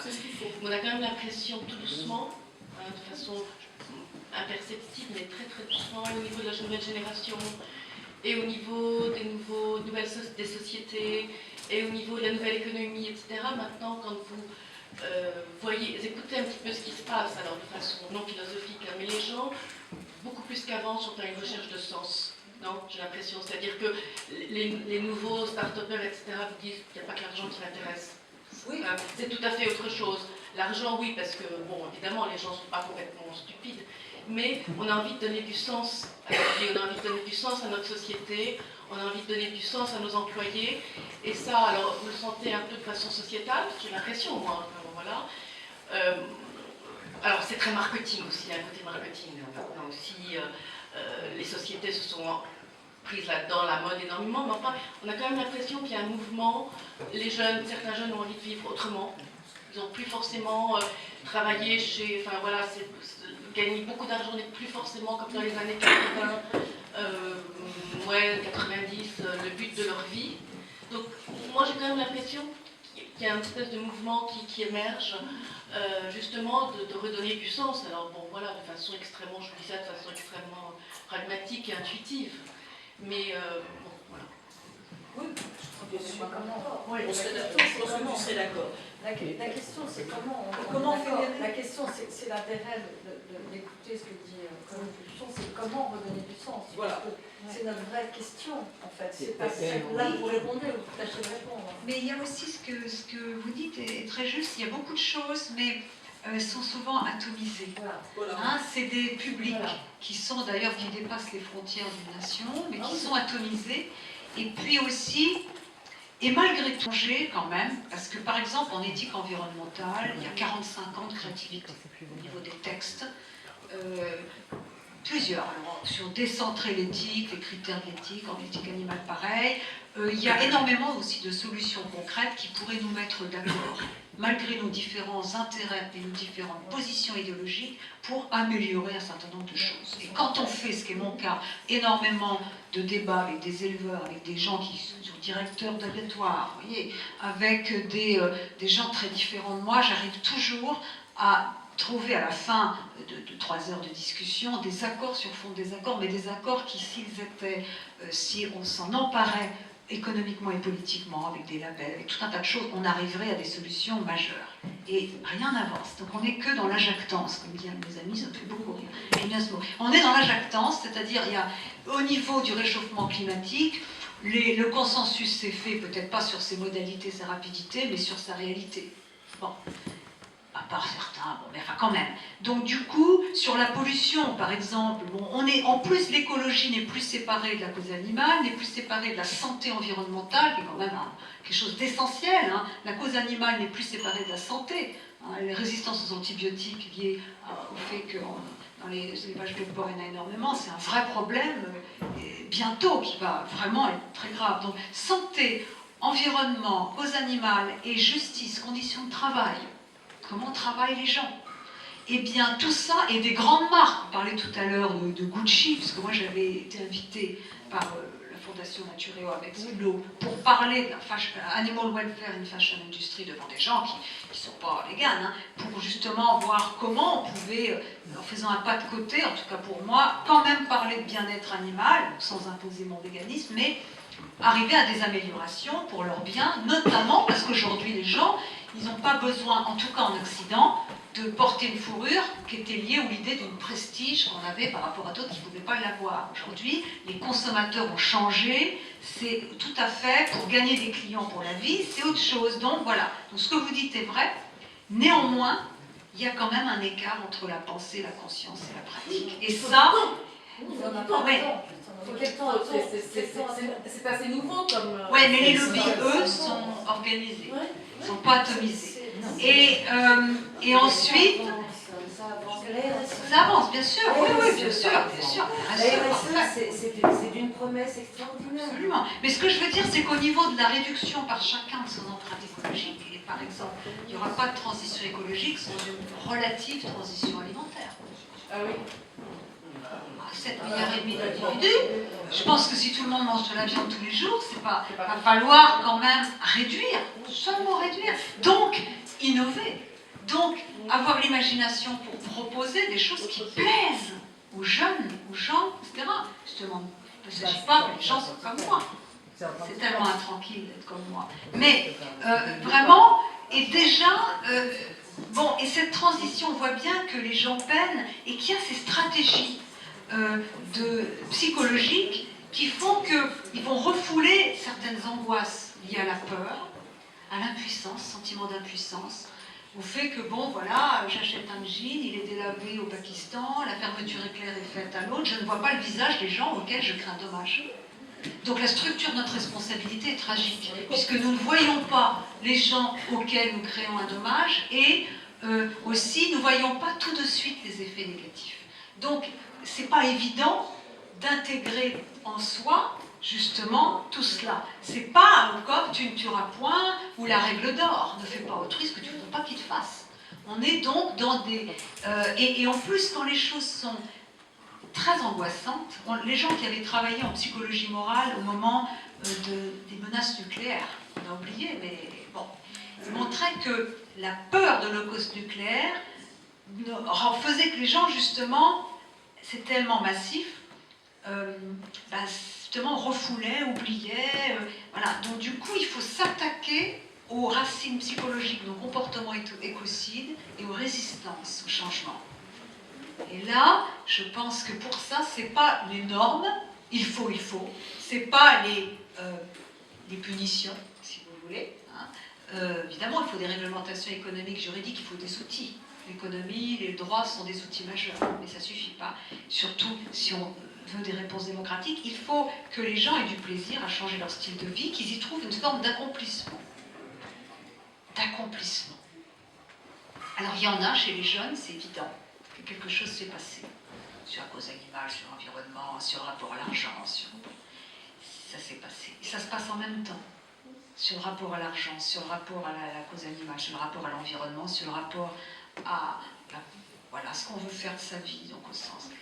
Mais ceux qui font encore les grands intérêts économiques, bon voilà, et au niveau politique, il y a quand même, et souvent, il semblerait qu'il y ait entre 20 et 30 ans d'écart entre la prise de conscience de la société et la traduction politique.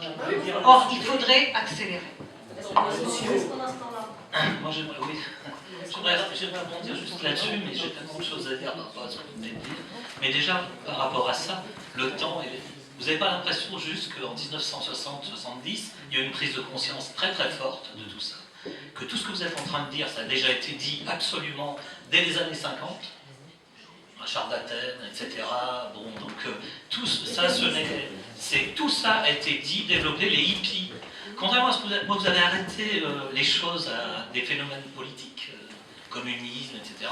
Enfin, les hippies, que vous pouvez le considérer comme un folklore actuellement, mais ça a été un principe d'éveil extraordinaire, où il y a eu une conscience très très forte de notre rapport au monde et du fait du vivre avec. Quand vous dites avec les animaux, etc., moi je vais beaucoup plus loin, avec les végétaux, les minéraux, et simplement avec la chaise, avec tout ça, puisque nous ne sommes que des particules vibratoires. Et que tout ça, c'est nous, on en fait partie absolument. Et à partir du moment où on considère ça, on considère tout. Parce que, bien entendu, les animaux, les pauvres, c'est des mammifères, ils nous ressemblent, ils respirent, ils bougent, voilà, enfin, les végétaux aussi, les minéraux aussi. Et alors là, je reviens, je fais des shortcuts, parce que bon, je parle pendant 10 ans, mais on rejoint tout de suite la problématique de l'esthétique de vie, qui devrait être notre seule ligne, une esthétique de vie. Et moi, j'aime beaucoup votre mot... comment vous dites, comme considération, parce que c'est la sidération de chaque instant face au monde. Et être sidéré, et on retrouve les hippies, et on retrouve tout ça, la sidération, la vraie sidération face au monde, c'est-à-dire être dans l'observation, dans une vraie conscience du monde en permanence, métempsychose, etc. Et on retrouve tout ça, c'est en 70. Tout est dit déjà. Donc ce qui s'est passé quand même, c'est qu'on s'est pris dans la tronche, il faut le dire.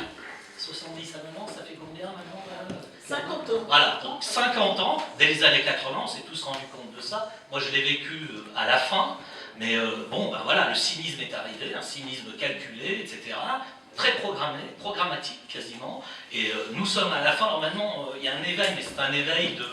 J'aime beaucoup votre dessin, parce que, oui, c'est une nanoseconde avant de s'écraser contre le mur, c'est très clair. Parce que la notion de temps dont évoquait, c'était madame, je crois, bah oui, c'est l'exponentialité. Ce que les hommes ne gèrent pas du tout, c'est qu'on n'est plus du tout dans un monde arithmétique, mais dans un monde exponentiel. L'exponentialité, c'est le temps que je parle déjà, là, ça y est, la catastrophe est arrivée. Voilà. Et nous sommes absolument incapables de considérer l'exponentialité du temps. Et donc, le temps qu'on parle, on devrait agir. Voilà, c'est vraiment ça. Donc moi, je vous rejoins totalement avec tout ce que vous avez dit, mais je l'élargis beaucoup plus, parce que je pense que cette conscience, elle doit être, et esthétique de vie, très important. Donc la lutte absolue contre le médiocre qui est proposé en permanence, qui est quand même le dénominateur commun qui fabrique nos sociétés. Et puis je vais finir par un truc qui me plaît beaucoup toutes les fois, parce que là vous allez pouvoir vous écharper là-dessus, c'est le grand tabou. Le monde, l'espèce humaine. C'est quoi le projet humain? Si le projet humain était aussi intéressant qu'on nous le dit, eh bien, il prendrait, dans cette humilité que vous avez évoquée, conscience instantanément du fait que nous sommes une espèce invasive, nous sommes les mauvaises herbes du jardin d'Éden, d'accord? Et ces mauvaises herbes, eh ben, jusque-là, on les a traitées au DDT, aux pesticides. Appliquons-nous ça peut-être, je ne sais pas. Mais c'est, je pense, exactement vers quoi on va. Peut-être oui. Alors, je pense que dans les années 70, c'est la naissance du mot bioéthique, l'éthique environnementale, l'éthique animale, vous avez raison, c'est pas sans hasard, et c'est lié aussi à une crise d'autorité. Néanmoins, le diagnostic était là, et avec tous ces textes magnifiques, quand même, les choses n'ont pas changé. Donc je crois que ça nous oblige à modifier la stratégie, et peut-être à ne pas seulement nous satisfaire d'argumentation, de rationalité, d'argumentation, de normes, hein, la déontologie, le conséquentialisme, qui sont les deux approches classiques de la morale, mais aller voir aussi du côté des individus pour les équiper justement à avoir du plaisir à changer leur style de vie, mais aussi à pousser les pouvoirs publics à s'en emparer. Première chose. Deuxième chose, vous dites l'espèce humaine, il y a quand même aussi l'idée du steward, du lieu de, comment dire, le gardien du monde, de la création. L'humain est aussi, je ne pense pas que nous soyons que des particules vibratoires, hein, puisqu'il y a quand même aussi l'idée de façonner un monde. Donc il y a quand même l'idée de responsabilité. Je crois que c'est quand même une catégorie qu'on ne peut plus évacuer. Elle est vraiment articulée à tout cet ensemble de... C'est tout ça. Nous ne les gardons pas. Nous ne sommes pas les sauveurs de cette planète. Non, mais c'est eux qui nous protègent. Bien sûr, mais au sens du mot... Comment on traduit steward? Le mot... dans la Bible, l'idée, c'est l'homme comme jardinier. Voilà, jardinier de la nature. Madame, une question. Moi, je n'ai pas posé de question. Enfin, avoir votre avis sur un sujet qui est dans une voisin, mais qui n'ose pas poser la question, qui est quand même cette affaire d'intelligence artificielle, d'hommes futurs ou déjà génétiquement modifiés, la machine dont on parle, parce que c'est quand même moi qui vous écoute et qui écoute un peu France Culture de temps en temps, c'est vrai que c'est un sujet qui est absolument récurrent actuellement. La question de l'homme-machine, est-il affaibli, est-il amélioré? Que devient-il? Que devient l'humain, dont vous parlez beaucoup, parce qu'en fait vous parlez de l'humain, que devient l'humain face à cette technologie en tout cas, je ne sais si elle est envahissante, mais qui va être présente partout. Je pense que c'est une question fondamentale. Oui, mais je ne pense pas que je puisse vraiment vous répondre de manière très pertinente, parce que ça suppose des connaissances techniques très poussées et une position équilibrée. Moi, je ne parle pas de choses que je ne connais pas à fond. Ça m'évite de dire des bêtises. C'est le sujet de l'éthique, en fait, mais Des data, en fait, des données personnelles. Oui, mais je pense que là, par exemple, je pense qu'il faut lire un peu ce que fait Jean-Gabriel Ganassia ou d'autres, qui connaissent quand même bien cette affaire. Moi, j'ai beaucoup travaillé sur les techniques médicales et à quel point ça change tout à fait les critères de la mort, les décisions de limitation et d'arrêt de traitement, ça change complètement la médecine de pronostic, en réanimation anesthésie, change totalement les choses. J'ai travaillé pas mal sur l'impact des revendications liées justement à tout un tas de pratiques médicales sur les personnes, mais l'intelligence artificielle, pas vraiment, pas à fond, donc j'ai pas d'idée très intéressante à vous livrer, j'en suis désolée. Sur l'humain, que deviendrait l'humain devant cet envahissement de la machine? Oui, mais je pense qu'il faut faire attention au langage, c'est-à-dire que l'humain s'est toujours transformé, il est dynamique. Après, quelles sont... la question, c'est qu'on ne peut pas juger à l'avance des choses au nom d'une position figée sur le bien, parce que l'humain n'est plus perçu à la lumière d'une définition, quoi. Et la condition humaine, elle a une plasticité. Maintenant, je crois que l'intérêt, c'est peut-être d'adopter une démarche pragmatiste, au sens des pragmatistes américains, au sens où on va non pas juger a priori, mais voir a posteriori comment construire le bien et voir peut-être ce qu'on ne veut pas. avant de savoir ce qu'on veut. Parce que peut-être qu'il est plus facile de savoir ce qu'on ne veut pas et ce qui peut être contradictoire avec ce à quoi on tient, expression fondamentale chez les pragmatistes, mais que voir ce qui est bien, ce qui est mal et juger comme ça a priori en ne se donnant pas les moyens d'avancer. Parce qu'il y a aussi des progrès dedans. En médecine, par exemple, pour parler de quelque chose que je connais assez bien, en médecine, il y a des avancées technologiques qui semblent complètement folles, comme quelqu'un qui sur son portable pourra voir s'il a une maladie, il a un cancer de... Voilà, ça pourra maintenant. Hein. Et on se dit, mais la personne qui sait ça, ça peut être complètement troublant de se retrouver sans accompagner. Mais en même temps, les médecins vous disent, oui, mais ça libérera du temps pour justement la relation qu'on oublie. Et donc, les choses sont très complexes. Je crois qu'il faut du cas par cas. Et au lieu d'avoir une vision figée, une approche justement seulement par principe, les principes sont importants, mais d'avoir cette démarche un peu expérimentale où on voit ce que génère telle ou telle revendication, telle ou telle pratique, et si elle est compatible avec ce à quoi nous tenons, qui, encore une fois, peut bouger. Et ça, je crois que c'est beaucoup plus sage. Mais sur l'intelligence artificielle, je vous avouerai que je ne peux pas vous dire. Oui, ce que tu disais, Madame a demandé la parole, ce que tu disais est très juste. C'est-à-dire que quand on s'effraie de cela, c'est au nom d'une conception essentialiste de ce que c'est que l'humain. Or, la conception de l'humain n'a pas cessé de se transformer. Et elle continuera à se transformer. Donc je crois qu'il faut le prendre, comme tu disais, d'un point de vue assez pragmatique et avec le souci, effectivement, en permanence, évidemment, de ce contrepoids qu'est l'éthique. Madame, vous vouliez demander? Oui, déjà, je voulais vous remercier parce que vous m'avez donné envie de lire votre livre. J'avais vu des articles, donc voilà, c'est plus clair. Et, alors, ça déjà. Et donc, question, je voulais savoir, je trouve très intéressant le concept de considération. Comment vous vous situez? Vous avez dit que vous l'avez emprunté ou dérivé de Bernard de Clairvaux. Comment vous vous situez par rapport à lui? Et comment vous vous situez par rapport à Lévinas sur les questions de responsabilité? Et responsabilité, telle que Dostoïevski, il cite souvent Dostoïevski, responsabilité de tous devant tous.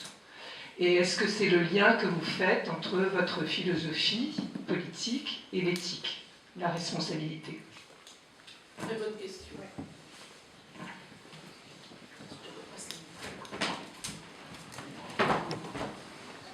Je vais me lever, ça sera plus simple.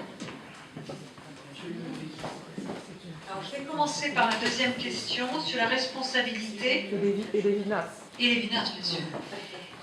La responsabilité, en fait, moi j'ai été longtemps lévinassienne. On peut dire que c'est le premier livre pas lévinassien que je fais. Et pourtant, il ne l'est pas, celui-là. Mais tous les anciens livres, justement parce qu'il me semblait important de construire un concept de responsabilité rigoureux pour prendre la mesure, justement, des mesures de notre pouvoir et des défis qui nous attendent. Et la responsabilité chez Lévinas, comme vous le savez, c'est pas l'obligation qui découle d'un engagement préalable, de ma volonté, c'est quelque chose qui s'impose à moi et qui modifie l'identité, qui constitue l'identité. L'identité n'est pas seulement liée à mes choix, à ma capacité à faire des choix et à changer, à mes projets, mais elle est liée à ma réponse aux autres, y compris aux autres vivants. Donc la responsabilité, il lui donne une force à ce mot-là, comme finalement faisant qu'on conserve le sujet, mais celui-ci n'est pas seulement autoréférencié, et il est autoréférentiel, et il est surtout, il n'est pas complètement hors de lui, mais il est atteint en lui. C'est ça la responsabilité. Alors moi, évidemment, ça m'a beaucoup marqué dans la construction d'une philosophie du sujet, dans au moins 3 livres précédents, qui permettaient de prendre justement, de pas seulement construire une philosophie et morale et politique. Mais parce qu'on a beaucoup parlé de politique, mais moi je développe vraiment, Lévinas n'aimait pas le mot, une ontologie. Pas au sens où l'ontologie, lui ce qu'il n'aimait pas, c'est un discours de l'être, mais au sens où on redécrit l'humain à partir de la corporalité, lui, là, dans Autrement qu'être, et dans des phénomènes qui échappent à ma constitution, et même dans Autrement qu'être le corps et tout ça, on est dans une ontologie, puisqu'on redécrit l'humain à partir donc, de cette immanence-là, et c'est une phénoménologie de la non-constitution. Je ne constitue pas autrui, je ne constitue pas le corps, je ne constitue pas les nourritures, titre d'un de mes livres qui est inspiré par Totalité Infinie, le passage sur économie et nourriture, etc. Donc, la responsabilité, c'était une catégorie majeure, et pour moi, j'avais, dans l'éthique de la vulnérabilité, été liée à une triple expérience de l'altérité. L'altérité, l'altération en moi, l'altérité d'autrui, comme justement étant ouvert à l'altérité d'autrui, et la responsabilité, et puis une responsabilité comme cela, et puis aussi une responsabilité devant les autres, vous l'avez dit, et qui implique la réflexion de l'intérêt pour les institutions, mais pas que. Donc voilà. Et, mais je pense que j'ai abandonné, si vous voulez, après vraiment avoir versé là-dedans, la notion ici de responsabilité, parce que dans ce livre-là particulier, chaque livre s'emboîte, c'est mon 10e, donc ça s'emboîte, eh bien, celui-ci, je voulais sortir de ce qu'il y a un peu d'hyperbolique, de, comment dire, et chez Lévinas, j'aime pas le dire comme ça, mais on n'en fait jamais assez. La responsabilité, je ne réponds jamais assez à autrui. Oui, c'est lié à son histoire. C'est lié à son histoire. Et ça se comprend, qui ne nous va plus, quoi. Et une physique qui ne nous va plus non plus. Donc, et puis en plus, voilà, il n'y avait pas cette réflexion sur, il n'y avait pas l'humilité, il n'y avait pas cette réflexion aussi sur le corps. Donc, voilà.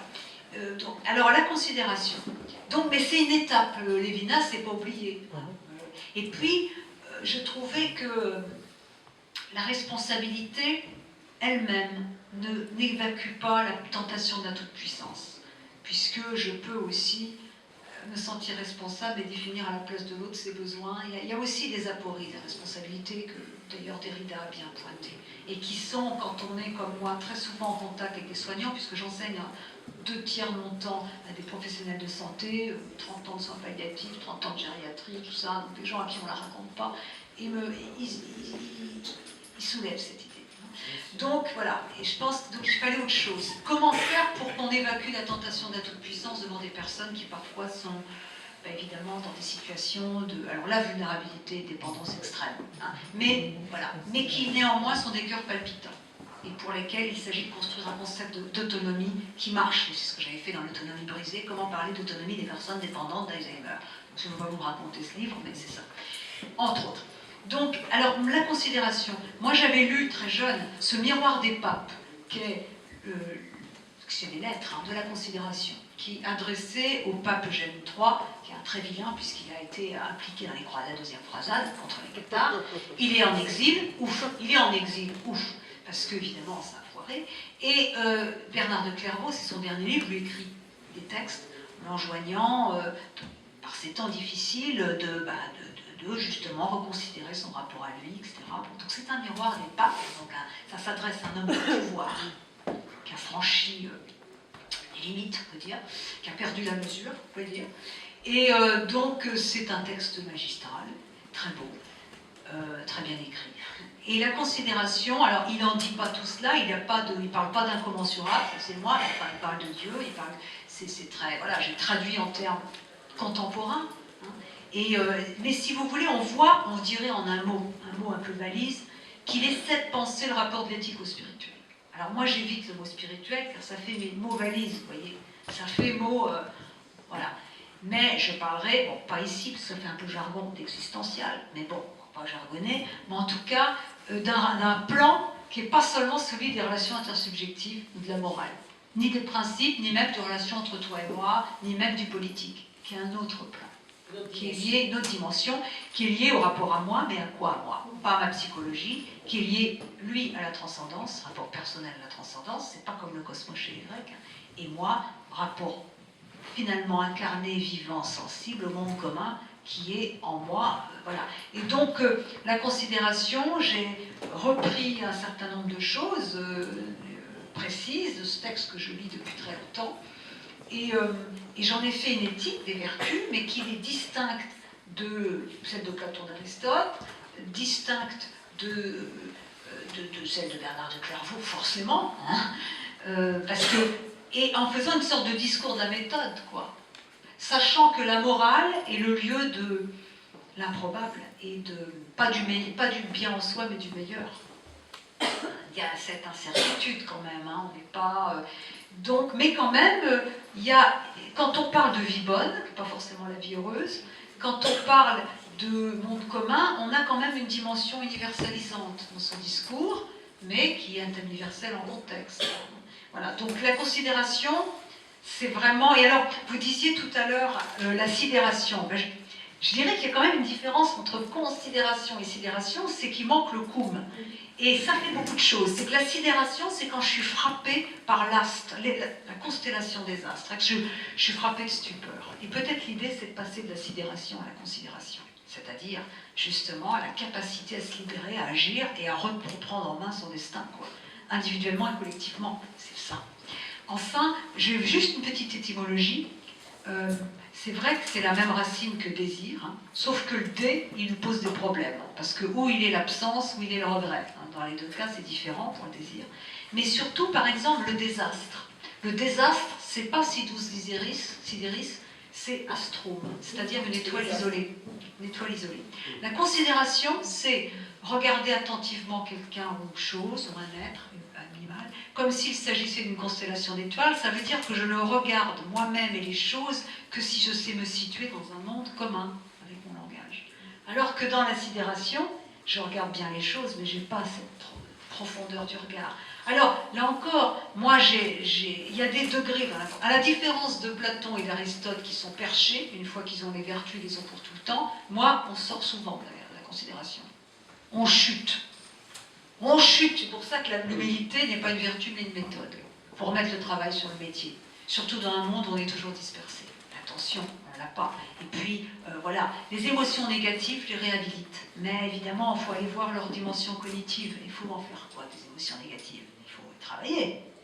Donc voilà. Donc ça, vous voyez, j'ai réuni un concile de philosophes pour voir ce que je prenais, ce que je ne prenais pas, et j'ai apporté, notamment en partie, il y a 3 parties dans ce livre, genèse de la considération, après il y a la pratique de la considération, qu'est-ce que c'est la transdescendance, qui est ma trouvaille, et puis quelles expériences permettent d'y entrer à des degrés divers. Parce que je sais qu'il y a une chose dont on n'a pas parlé, c'est les pulsions et l'inconscient, qui sont à prendre en compte dans toute éthique, et dont les éthiques modernes, contemporaines, n'ont pas assez pris la mesure de la destructivité de l'humain, mais aussi du besoin de gratification et de sublimation. Donc il y a un parcours de la reconnaissance, et dans la question du travail, qui est le lieu où s'apprend ou se désapprend la collaboration, la coopération, la délibération, que le grand Habermas nous propose comme vertus évidemment essentielles, mais elles peuvent être détruites, elles peuvent être impossibles, elles peuvent être hypothéquées, elles peuvent être encouragées. Voilà, comment, à un degré, vous voyez, dans le travail, dans l'espace commun, on n'est pas dans l'idée de l'engagement en faveur du monde commun, y compris des animaux. Il y a des degrés divers, hein, et chacun trouve sa place. Mais cette idée de chacun trouve sa place, vous voyez, moi, ce qui me fait peur parfois dans les grands récits, c'est le côté totalisant. Et là, vous entendez totalisant, vous entendez l'obsession lévinassienne, qui est également la mienne, l'obsession totalitaire. Voilà. Ce que j'aime, si vous voulez, ce que j'ai voulu, c'est quand même repenser un projet d'émancipation, qui est quand même à la mesure de chacun, qui fait avec ce qu'il peut. Et moi, je finis le livre par, et c'est vraiment le frère du nourrisson, qui est le visage de la considération, c'est David, puisque David de Michel-Ange, c'est un athlète, très beau, vigoureux, c'est plus le petit gringalet de la Bible, mais c'est aussi, il a fait cette œuvre magnifique, en utilisant un marbre qui avait été délaissé par plein d'autres, qui avait plein de défauts, le marbre, hein, dont est fait ce splendide David, et c'est la persévérance, le désir, la créativité, la combativité de Michel-Ange, et son amour de l'universel, du beau, qui fait qu'il a pu faire ça, alors que tant d'autres artistes, je ne sais plus combien, avaient abandonné ce bloc de marbre qu'ils trouvaient trop mauvais. Et lui, il a fait David. Voilà, il y a aussi, vous voyez, c'est pour ça que c'est... Voilà. Donc la considération, c'est une étape après tout ce parcours qui a quand même pris plusieurs années, avec la responsabilité, avec Lévinas, qui est vrai, qui pour moi, un des auteurs majeurs, quoi, rien à faire. Peut-être qu'on va s'en tenir là. Est-ce que, à moins qu'il y ait, moi je pense qu'on peut rester là, c'est une très belle conclusion. Hein, qu'est-ce que vous en pensez, non? Si, je veux juste une petite précision. Alors, c'est pas facile, ça va pas. sur cette transdescendance qui reste assez mystérieuse. J'ai jamais entendu quelqu'un dire je place Dieu là, ou ici, ça c'est la forme orale, très rapide, et puis en plus un peu pédagogique. C'est-à-dire que on descend dans les tréfonds de... Alors, c'est-à-dire que ça, c'est Jean Val qui avait dit il faut arrêter de parler de transcendance. Jean Val, c'était un maître de Lévinas, un des rares à l'avoir reconnu. Jean Val disait la transcendance, ça ne veut rien dire. Il dit il y a la transascendance. Ça, c'est quand on va vers Dieu, notre passion. Et on revient au monde voilà, chargé de cet rapport personnel à Dieu. Et puis, il dit la transdescendance, et Lévinas le reprendra dans un texte peu connu sur l'art, L'ombre du réel, où il dit que l'art, alors c'est assez noir chez lui, ça ne vise pas l'essence des choses, et je crois qu'il a raison, contrairement à ce que disait Merleau-Ponty, l'art, mais ça permet d'aller dans les nombres du réel, et notamment sur le travail sur la sensation, le travail sur la matérialité. En tout cas, l'idée d'une descente. Et chez Val, il avait juste signalé l'idée d'une descente, d'un approfondissement de soi, d'un rapport, voilà, c'est tout. Mais c'est juste un texte assez court. Et moi, l'idée, c'est que le monde commun, qui est quand même une transcendance dans l'immanence, quoi. C'est-à-dire la génération passée, présente, future, le patrimoine. Vous naissez, vous avez déjà des bâtiments, des techniques qui font partie du monde commun. Les techniques et qui sont passées, présentes, futures, la biodiversité, l'évolution, tout ça, les autres vivants, etc. Donc il y a et au lieu d'en être seulement conscient, je suis conscient qu'il y a le monde commun, qui me dépasse, ok, qui est les générations, qu'il y a les démocraties que j'ai héritées des ancêtres. Au lieu de que ce soit seulement intellectuel, ça devient un savoir vécu, incorporé. Et ça, on a ça dans toutes les traditions, hein, l'idée d'un savoir qui est aussi une sagesse, une saveur, sapor, un sapientia. Et c'est incorporé comment? Eh bien, je décris un certain nombre d'expériences, que j'appelle les voies de la transdescendance, où c'est, par exemple, la conscience. Vous savez, moi je rencontre beaucoup de gens qui me disent « Ah oui, je sais que les animaux souffrent, je sais qu'ils sont des êtres individués, qu'il y a quelqu'un derrière la fourrure et les plumes. » Bon. Sauf que, bon, ils peuvent manger, ils peuvent aller au cirque, etc. Moi, je ne peux pas. C'est-à-dire que la conscience d'avoir une communauté de destin avec ces autres êtres, qui sont pourtant très différents de nous, n'est pas seulement une conscience, une rationalité qui me donnerait des devoirs, je saurais jusqu'où aller, ça devient une évidence. Ça devient le prélude d'un engagement. Voilà. Et ça, c'est quand même quelque chose, vous voyez, on n'est pas... Donc c'est pas la transdescendance, c'est pas une sorte de fusion mystique, puisque le sujet reste dans sa différence, et l'autre dans son énigme. Mais c'est l'idée que la conscience d'appartenir à un monde commun n'est plus seulement intellectuelle, réflexive, argumentée, rationnelle, mais engage pratiquement la totalité de l'existence.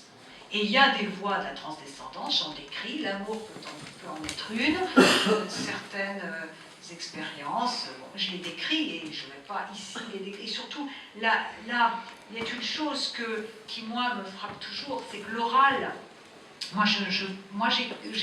C'est-à-dire que la philosophie s'écrit aussi. C'est-à-dire que l'écriture est le lieu, pas seulement de déposition d'un savoir et d'une argumentation, c'est le lieu pour saisir aussi les choses, les faire sentir.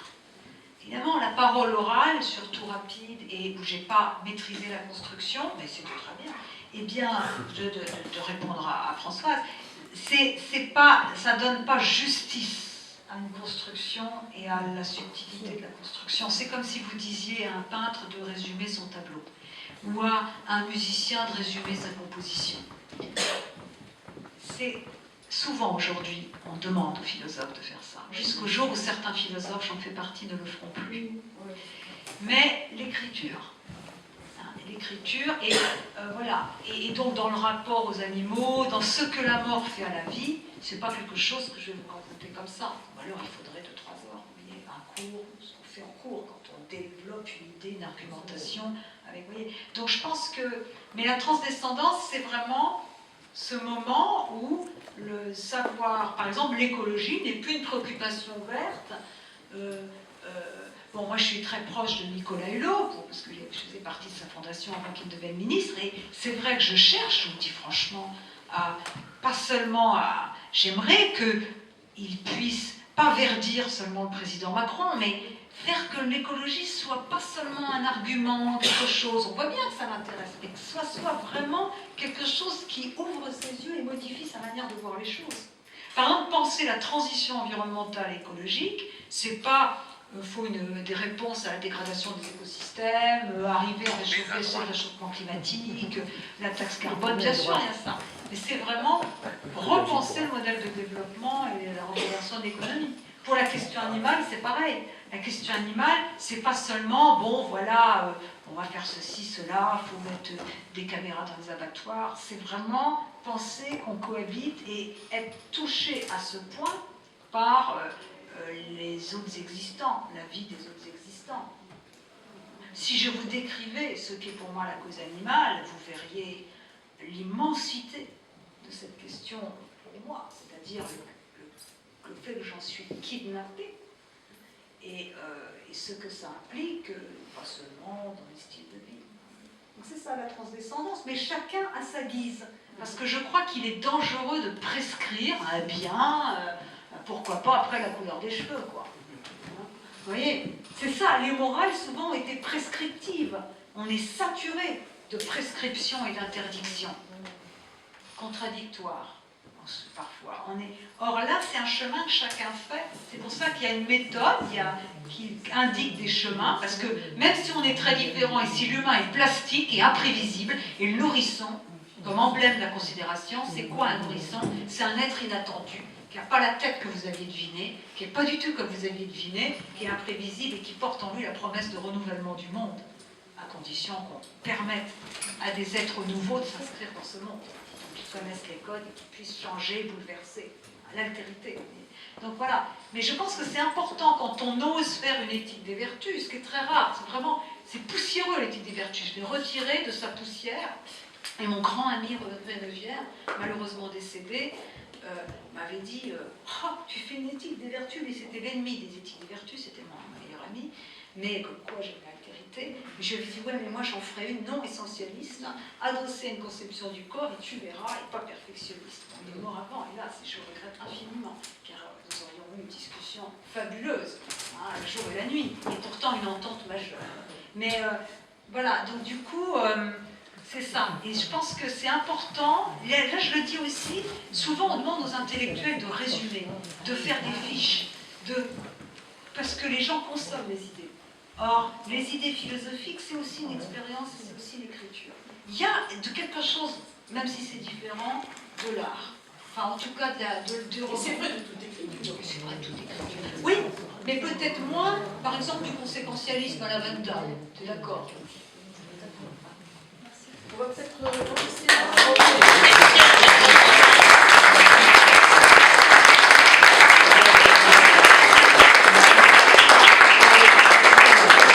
Merci pour ta générosité intellectuelle qui nous a permis de partager vraiment un grand nombre de choses et puis aussi dans la passion que tu as mis dans la défense de ce à quoi tu tiens fondamentalement.